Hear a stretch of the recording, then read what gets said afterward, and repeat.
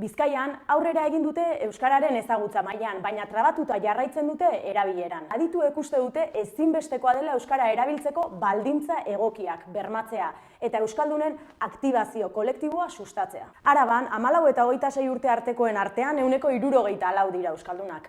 Adinean gora egin ala, erdaldun elebakarren portzentajea asko handitzen da. Horien arabera ezarritako hizkuntza irizpideak euskarakoekin nola ordezkatu. Hortxe dago egun erronketako bat. Nafarroan euskarak garapena izan du traba administratiboak gora bera. Guztira, Nafarren laurdenek dute euskararen ezagutzaren bat.